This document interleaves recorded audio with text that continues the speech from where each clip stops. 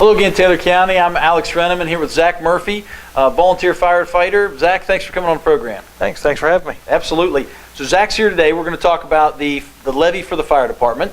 It's a 3-year renewal, as many of the renewals are this time, and it is a renewal. So it's not going to be adding anything to anybody's tax bill, correct? Absolutely. Right. Okay. So this may sound like the dumbest question in the world, but tell us what the fire department does. I think there's more things you guys do than people. Obviously, if we get a fire engine running down the road, we see that. But what else does the fire department do? There's a little more to it. I mean, granted, we're here to protect the public and serve them. Also, to maintain that, we have to do training and maintain our trucks, our apparatus. And also, that takes funding. So that's kind of what we're here today to talk about. Hopefully get everybody to support our levy this time around, and I'll give you some insight on that. But yeah, we respond to calls to help the community. We also do public service stuff. We help out the local sports whenever they need help. Also do fundraisers and stuff like that to help support us. We've done spaghetti dinners before in the past. We help out with the football team. We feed them each season for the year and stuff like that. So we try to give back a little bit too to the community, even though the community gives to us too. But more importantly, we're here to do one job, and that's protect the life and property of the county. That's our ultimate responsibility. But like I said, to do that, we have maintenance that needs taken care of and training. We have 3 county engines. Right now currently that we maintain. We actually have a ladder truck that we maintain, an aerial device that also helps out in the city, but also very useful in the county as well for larger buildings. And pretty much without the fire levy, that stuff wouldn't be possible to maintain all that apparatus or even actually purchase that. We also have the state funding that comes in and helps, but that's pretty much a blanketed funding that comes in. It doesn't really change. And it's not a whole lot to survive off of as far as maintaining equipment and purchasing protective equipment for our firefighters, and also to maintain training with. So we count on the fire levy to help associate and allocate a lot of them expenses with the other stuff as well. So you mentioned the levy, and you mentioned the state, and so what? I think people maybe don't understand where funding comes from for our fire department. So can you go just to dive just a little bit deeper, and what are those areas that we get funding? Yeah, so I'll just start with the state funding. There is over 400 fire departments, volunteer fire departments in the state that receive the same amount of funding, and it's enough to get by on with the minimal requirements, so to speak. But we also like to go above and beyond to be able to take on any scenario that's thrown at us. So in the fire industry, no one call's the same. We go anywhere to burning buildings, vehicle accidents, medical calls we assist on with the county, with the county emergency squad, to trying to help put smoke detectors in everybody's home in the county that we serve. We can't do that all with the state fund, so we count on our fire levy to help support that. And also that enhances our abilities to train. The training's expensive. We rely on all of our firefighters to donate their time to go take this training. And in turn, we try to give them the best equipment we can to do their job. And without the fire levy, we would not be able to do that. So in turn, we do. Makes them more proficient, makes it safer, and helps us better serve the community in the same aspect. Yeah, so I guess if I ask all the levies this question, and it sounds like you've already answered it, but I'll in the inverse. But yeah. So if this levy doesn't pass, what does that mean for the fire department, the community? What does that look like? It could be detrimental. It is what we rely on, along with we have a general fund too as well, where we do fundraisers.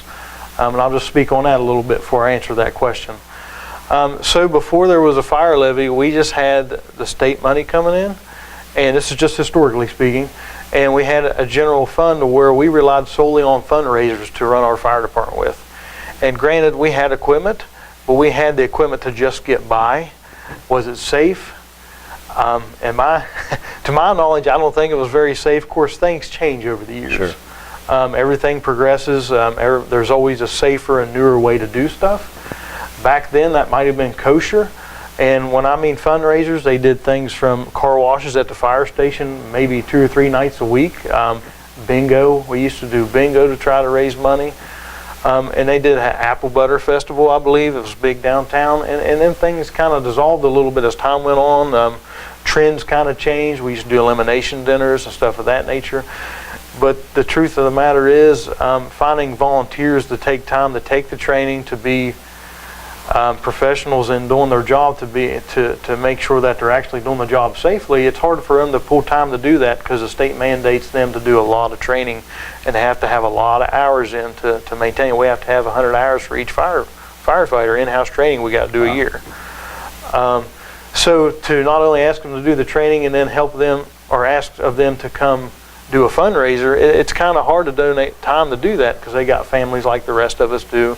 But also they have a passion and a drive, like all firemen do, to help serve the community. So that's what they thrive on the most. So without the levy, I would see it, we would have to go back to doing them fundraisers again to try to maintain what we have. So I don't see that happening. Society doesn't allow volunteers to be volunteers anymore because a lot of folks have to have 2 jobs to do stuff. And quite frankly, when you're a volunteer fireman, it's like having a second job without getting paid. So it's just the opportunity to serve the community, and it's a humble reward, pretty much, so to speak. Sure, and I can imagine, I mean, the gear, just look at, I know that's not cheap stuff, right? No, I mean, and it has to be replaced every 10 years. Sure. That for every piece of equipment we own or have at the fire station, it doesn't last forever. Pretty much it takes the rigors of everyday use with training and fighting fire, or if we're out using our rescue tools to cut up vehicles with. And speaking on that, with the fire levy, we have been able to add a lot to our apparatus fleet. Not only just increasing newer vehicles that are safer, that can respond faster to the calls to help out the community, but also the equipment that we invested in to carry on them trucks. And we all sit down and have meetings and strategically plan the purchase of our equipment, how it'll better enhance for usage to enhance the safety of our firefighters and also serve our community better. So, and just for example, we purchased new rescue tools last year that we would not be able to purchase without a levy. And it's more efficient, it's faster. If someone's pinned in a vehicle, and quite frankly, we have a rule of thumb, the golden hour. If we can't get into that patient fast enough to get them to the hospital to seek medical attention, we're not effective. So us doing our research on new up-to-date equipment, stuff of that nature, our training, we learn a lot of how to use new tools and stuff. Without the levy, we can't take the training to find out to get the tools, and without the levy, we can't afford to get the tools to provide service for the community, basically. Sure. And it makes it a lot more faster for us to be able to, or not so to speak faster, but make us more efficient to handle any scenario we try to come across for any rescue scenario or anything. Well, yeah, it sounds like safety for you guys, efficiency and ultimately effectiveness are all wrapped up in that levy and in the equipment that you're able to get. And there's more than that. So one, as you mentioned, we were talking earlier, you've got obviously, to put out fires and to rescue folks that are out there, but there's the prevention side. There's getting on education and things like that. And that's where I was speaking about having money just from the levy to kind of help purchase smoke detectors. We do fire prevention weeks every October. Our fire department goes to the local schools in our first responding area, our first due area, and we set up a schedule mainly at the Anna Jarvis Elementary School. There's over 600 kids there. We have a fire safety house. Now granted, on the city side of things, the city tries to help foot the bill with stuff of that nature and has the support of the city with the community, but it doesn't just stop in the city. We take it to the county, and it's a mutual thing between us.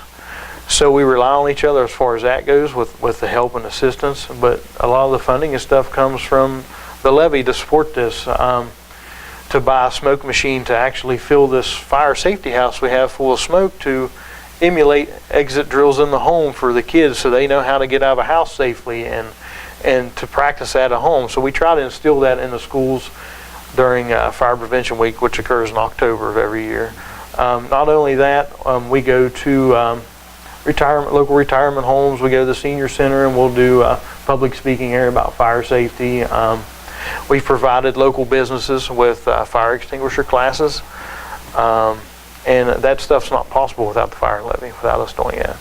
So it's very beneficial, and we try to be proactive, and it's all about life safety first. And if we can prevent accidents from happening, especially fires, that's the way we want to go. We'd rather much have it be prevented than us go fight a fire. So. Sure. Yep. And to that point, you mentioned earlier about around the county. Obviously it varies, I'm sure, but how many calls? I mean, we hear the sirens, right, and those things. But how many calls are you guys making in a monthly or yearly, or however you look at it? So monthly, we probably do anywhere from 30 to 40 calls monthly. I mean, on average, I think it varies each month. We can go a month and maybe run 19 to 20 calls, which is a good month for us because that gives us more time to do training, and nobody else is needing us, which means that everybody's safe. So that's a good thing. However, we do run into some busy seasons, so to speak, where we run a lot of vehicle accidents, and then we'll go into sports where we do have several fires of different sorts.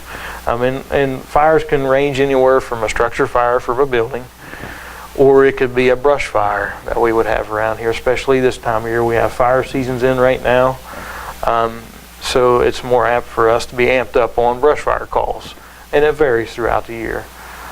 Or we could have medical calls where we assist the emergency squad on whether it be loading assistance, or have first responders that are trained to provide first responder medical attention to patients. So we may be called out to stabilize a patient before the emergency squad gets there. If they have an extended response time, they'll have the fire department alerted. We go there, we can do the baseline vitals, we can administer oxygen, the basic stuff that we're trained in to try to stabilize the patient so they get there to be transported. Sure.